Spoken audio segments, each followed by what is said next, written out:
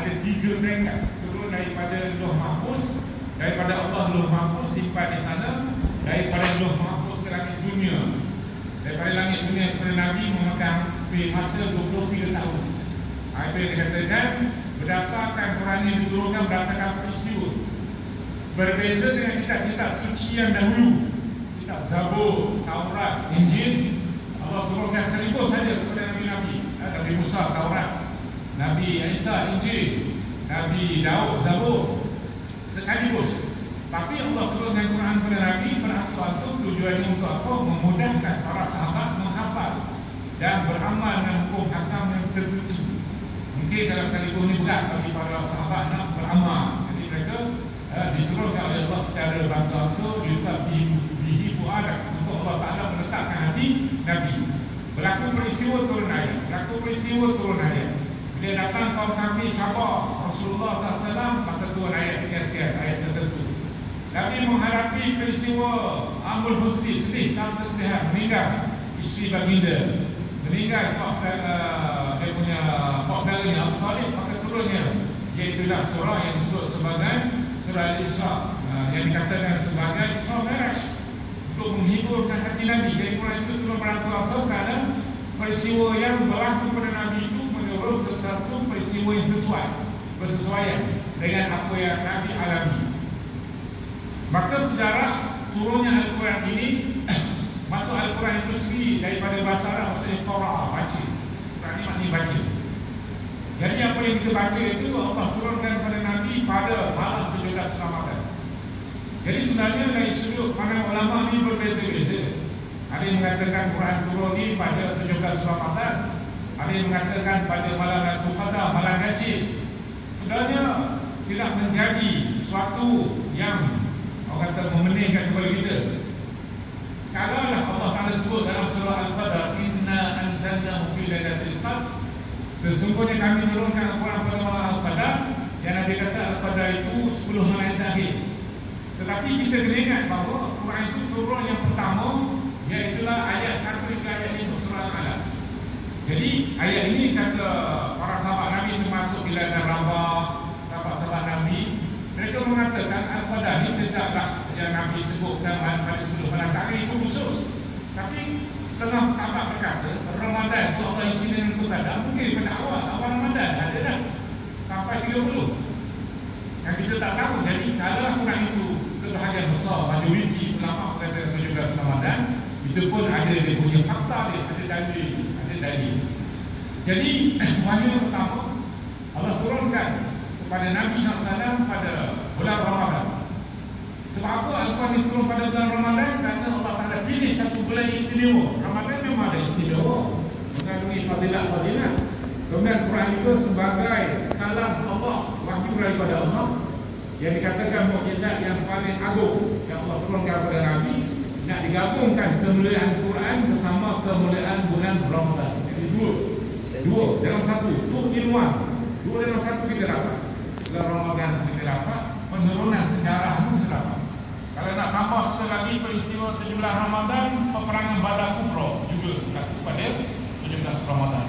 Cuma kita hari ini nak fokus tentang sejarah turunnya Al-Quran. Kerana pada ketika Rasulullah SAW berada berseorangan, bersendirian, Nabi ini di zaman jahiliah, Rasulullah ni tak pernah bergaul dengan masyarakat jahiliah buat dosa, tak pernah. Walaupun Nabi hidup dengan suasana masyarakat jahiliah, Nabi tak pernah hina Allah, tak pernah buat dosa-dosa, tak pernah kata melakukan perbuatan yang Allah murka, syirik ke, judi ke, tak pernah buat. Walaupun pemuda pada masa itu hidup mereka dalam keadaan budaya songsang, tapi Nabi sedikit pun tak terpengaruh dengan budaya-budaya keji seumpama itu. Kerana Nabi banyak menghabiskan masa baginda di satu tempat yang disebut sebagai Gua Hira. Jadi Gua Hira ni dia, kalau kita pergi umrah, pergi haji, mungkin kita dapat gambaran macam mana kedudukannya, agak tinggi juga, jauh juga daripada rumah baginda tu. Kerana setiap kali Nabi pergi ke sana, Khadijah isteri Rasulullah membekalkan Nabi dengan makanan untuk dibawa bekal naik ke Gua Hira tu. Beberapa hari dah habis bekalan, turun balik. Kemudian datang lagi. Sebenarnya Nabi ke Gua Hira tu bukan Nabi tak tahu yang wahyu akan turun pada dia, tak. Dia tak tahu Dia tak tahu. Tapi apa sebab Rasulullah ni didorong oleh Allah? Orang kata mengasingkan diri, khulwah. Al-khulwah ni asal istilah yang cukup orang kata mulia, suci untuk ibadat sebenarnya. Nabi berkhalwat di Gua Hira. Kalau dulu orang sebut Nabi berkhalwat ni artinya bersendirian, berasingan, bersunyi-sunyian untuk ibadat kepada Allah. Tapi dia ni dah salah guna istilah khalwat ni kepada benda hak maksiat. Contohnya bulan ditangkap kerana berkhalwat di hotel. Khalwat tu asal mulia, istilah mulia. Artinya bersendirian untuk ibadat kepada Allah, tapi dah disalah guna. Maksudnya khalwat ni bersunyi-sunyian. Manakala pasangan lelaki perempuan bersunyi-sunyian tempat yang sunyi, tak kira dalam kereta ke bilik hotel mana-mana, maka dia sebut berkhalwat juga. Ditangkap khalwat. Jadi benda tu dah jadi negatif, dah jadi benda hak tak boleh berdua-duaan. Sedangkan Nabi dia bukan berdua-duaan, bersunyi-sunyian untuk tadabbur fi khalqillah, pada kebesaran Allah. Nabi dia bersendirian, dia beribadat, dia bertafakur. Dari istilah yang paling mudah kita faham, bertafakur, artinya memikirkan kebesaran, keagungan Allah SWT bersendirian beberapa waktu, sehinggalah ditakdirkan oleh Allah Ta'ala Jibril turun datang. Kemudian Jibril dia tak mengenal diri dia dulu dah. Dia datang dekat Gua Hira tu menyerupai iaitulah rupa lelaki, rupa lelaki yang mana datang-datang dia tak kenal diri dia itu sebagai malaikat Jibril. Datang-datang terus peluk Nabi, suruh baca Iqra ya Muhammad. Terkejutlah Nabi, terkejut. Makhluk apa pula yang besar peluk dia. Dalam peluk tu, pelukan yang kuat. Hampir Nabi tu kata ahli sirah terputus nafas. Jibril kuat. Maksudnya apa? Nak menyampaikan wahyu Allah tak boleh buat main-main. Nak menyampaikan ayat Allah tak boleh sedih-sedih. Artinya pelukan yang kuat tu menggambarkan, artinya kebesaran wahyu yang datang, yang dibawa oleh Jibril, ketua para malaikat. Artinya yang bawa wahyu adalah Jibril, ketua para malaikat Allah Ta'ala membawa wahyu. Jadi diserahkan ataupun diutuskan Jibril kepada Nabi SAW untuk membawa yang pertama ayat 1 hingga ayat 5 surah Al-Alaq. Di mana ayat ini Allah Ta'ala sebut dalam surah Al-Alaq, A'udzubillahi minasyaitonir rajim. Iqra bismi rabbikal ladzi khalaq, khalaqal insana min 'alaq.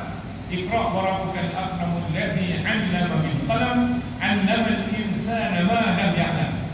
5 ayat pertama turun di bulan Ramadan sebagai pembuka mukadimah Al-Quran datang turun kepada baginda Rasulullah sallallahu alaihi wasallam. Jadi mengapa tak dinamakan Al-Fatihah itu sebagai wahyu utama, sedangkan dia dulu awal-awal surah? Kita baca Quran mula Fatihah, kemudian diikuti Alif Lam Mim surah Al-Baqarah.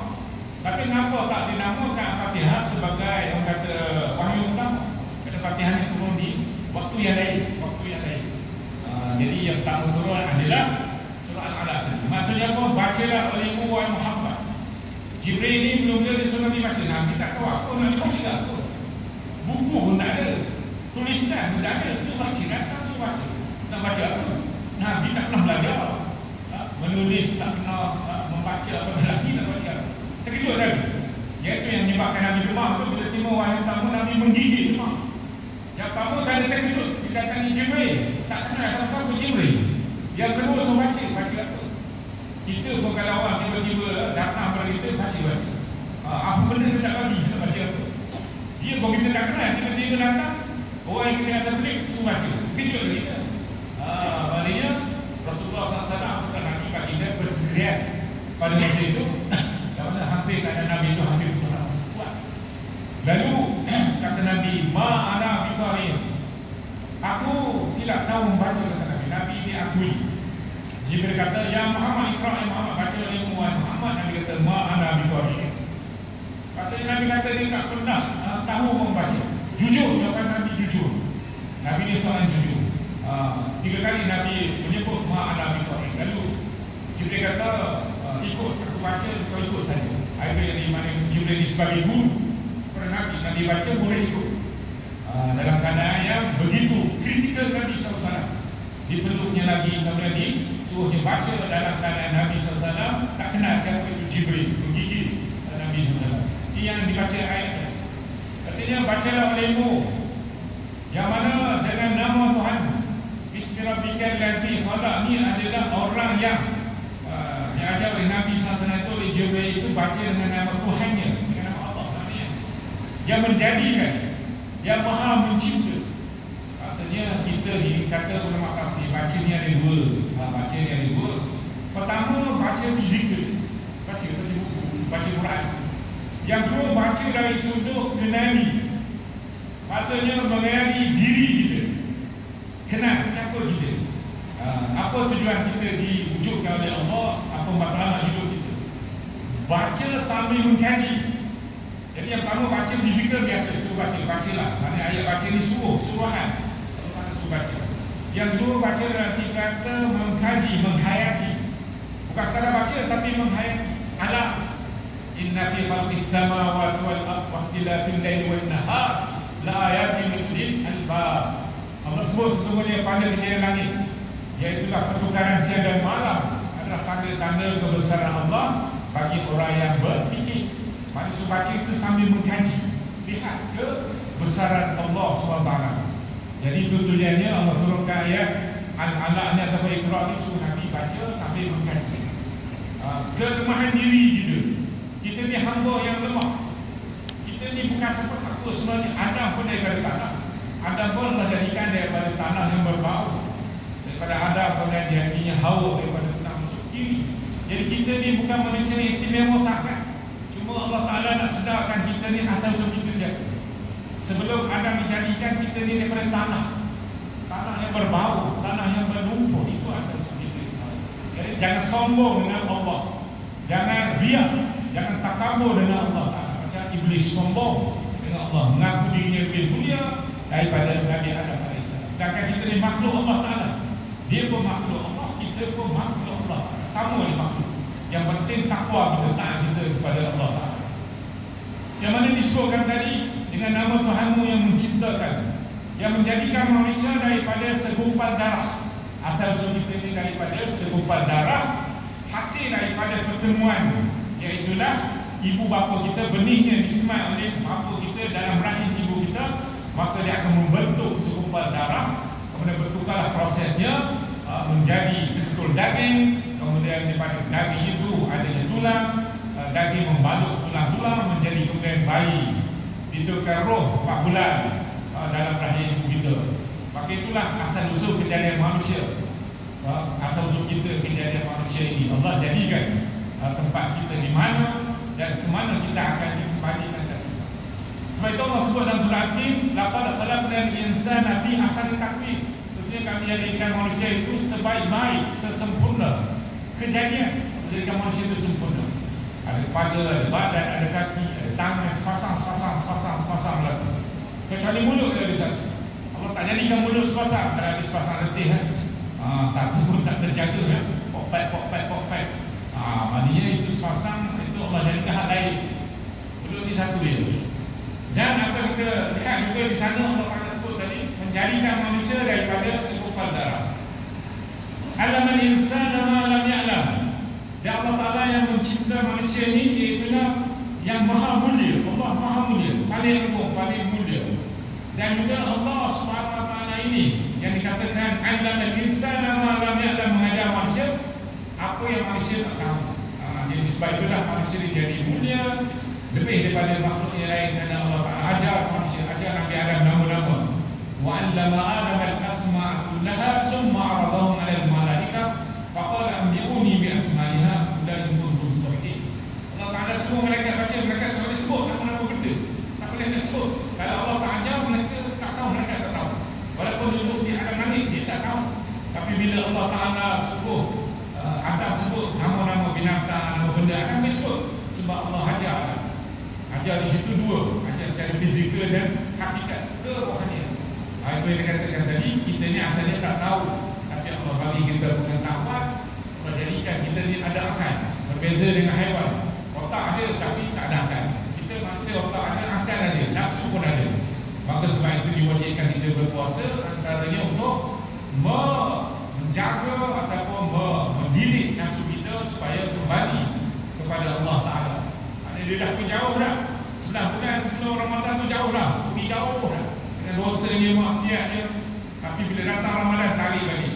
Ramadan ni kata ulama umpama dia macam layang-layang juga. Dia terbang tinggi, jauh di angkasa sana, dan kita guna tali tarik dia buat balik. Maknanya nafsu kita pun macam itu juga. Maknanya dia kenal jauh ni, buat dosa macam mana. Jadi kita tarik balik untuk kembali kepada Allah SWT dengan kita menatapi, membaca Al-Quran. Allah jadikan Al-Quran ini sebagai ibadat. Bacanya dapat pahala, baca dapat pahala. Kalau baca surat khabar belum tentu dapat pahala, kadang-kadang dapat dosa. Jadi baca Quran ni automatik. Buka Quran ada wuduk, baca. Nabi kata tidaklah alif lam mim itu satu huruf. Bahkan alif itu 10 pahala, lam 10 pahala, mim 10 pahala. Kali pula dengan Ramadan ini antara 70 hingga 700 kali. Berkali-kali. Itu bahawa alif lam mim belum lagi satu juzuk, belum lagi satu Al-Quran yang kita baca. Cuma apa yang kita lihat viral di negara jiran, sembahyang tarawih di ekspres 20 rakaat, kadang masa 2 minit beres.